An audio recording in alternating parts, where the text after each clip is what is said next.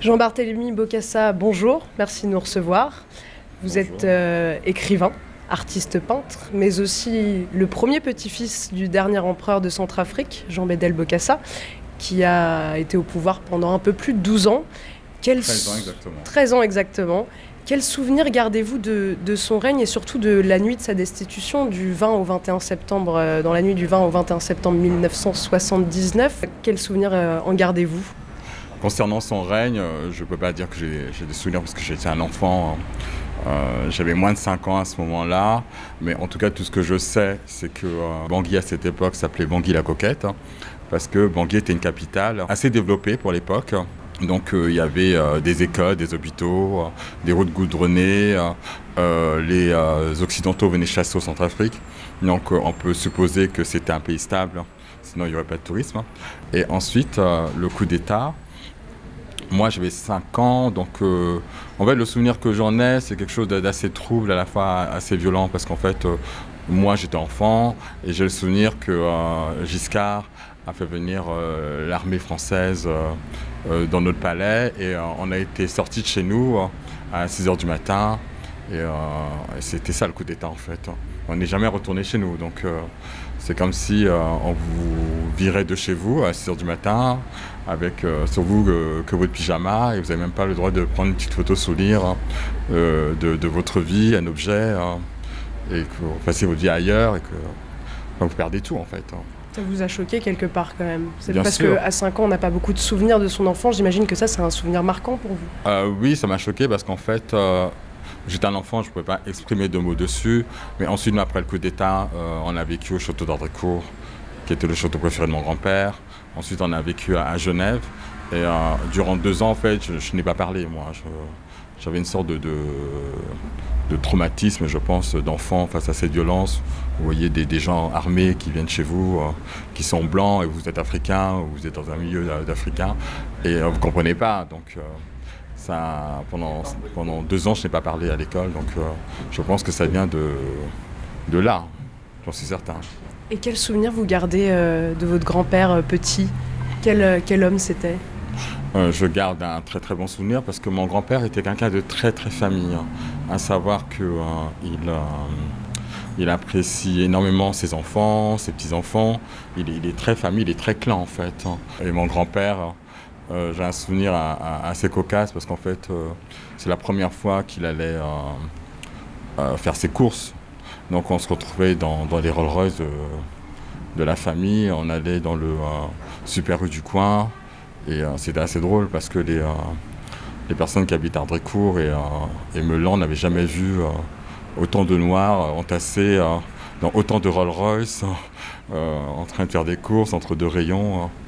Et puis lui, après, au moment de régler, il réglait. Et puis, par sympathie, il laissait un billet de 500 francs à la caissière comme pourboire. Il pensait qu'on devait laisser un pourboire en fait. On a dû l'expliquer qu'on ne laissait pas de pourboire en fait aux caissières. Donc c'était ça qui était assez drôle aussi, le côté un peu décalé parce qu'il a toujours eu une vie de chef d'État et puis de se retrouver dans une vie un peu plus normale entre guillemets.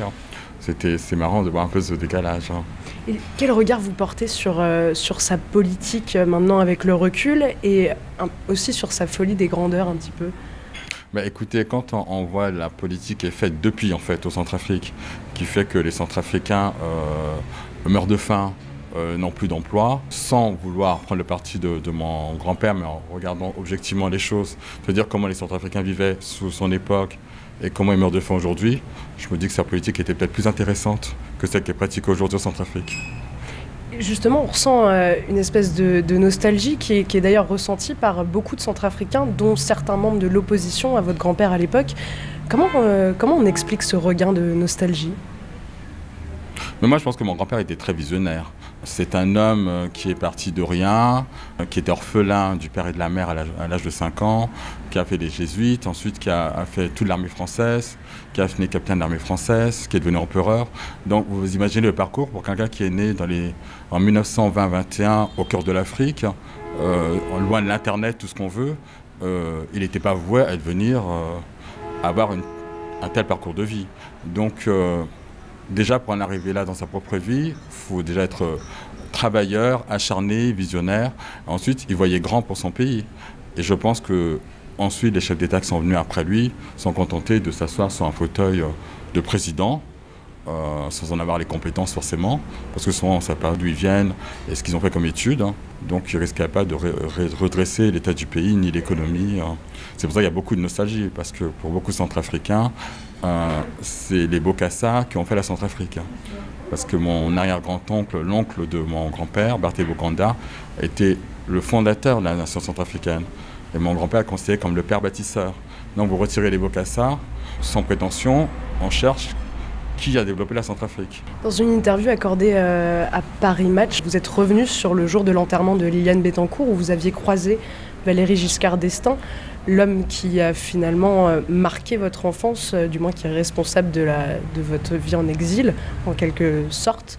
Vous ne regrettez pas de ne pas l'avoir interpellé ce jour-là, même si le contexte ne s'y prêtait pas, pour essayer de comprendre comment on arrive à un tel retournement de situation quand on sait que les deux hommes étaient très proches?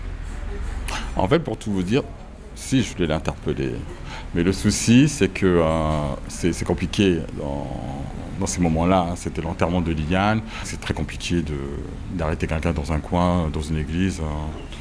Comment tu vas en fait, ce serait bien que tu rendes les dirons de papy, donc c'était un peu délicat. C'était la première fois que vous le revoyiez? Oui, oui.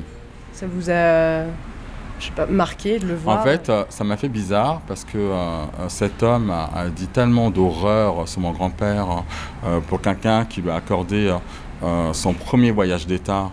Quand Giscard est devenu président, son premier voyage d'État, c'était pas les États-Unis, c'était pas l'Allemagne, c'était la Centrafrique. Donc c'est quelque chose d'assez unique en soi pour un pays qui est la 5e puissance comme la France.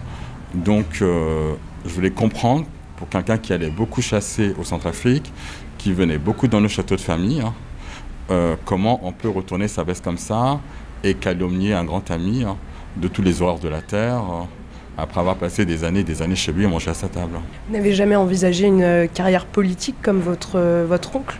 Ah non, non, certainement pas, parce que vous savez, les gens sont très, très ingrats. Vous pouvez faire 1000 choses de bien pour un peuple, la seule chose que vous allez rater, c'est la seule chose qu'on va retenir contre vous. Par contre, les 1000 choses de bien, on ne vous le dira jamais. C'était très bien. Non, non, moi, je n'ai pas la prétention. Vous savez, moi, je fais déjà beaucoup pour l'Afrique en général, à travers la culture et l'art.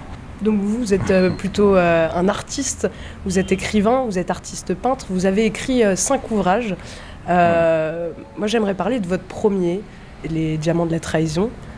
Pourquoi avoir écrit cet ouvrage? En fait, j'ai écrit cet ouvrage pour rendre hommage à mes ancêtres, parce que la plupart des gens incultes, et Dieu sait qu'il y en a beaucoup, qui n'ont jamais mis un orteil au Centrafrique et pensent connaître la Centrafrique mieux que moi, ou mieux que les Centrafricains, pense que Jean-Vidal Bokassa est tombé d'un arbre et s'est mis une couronne sur la tête.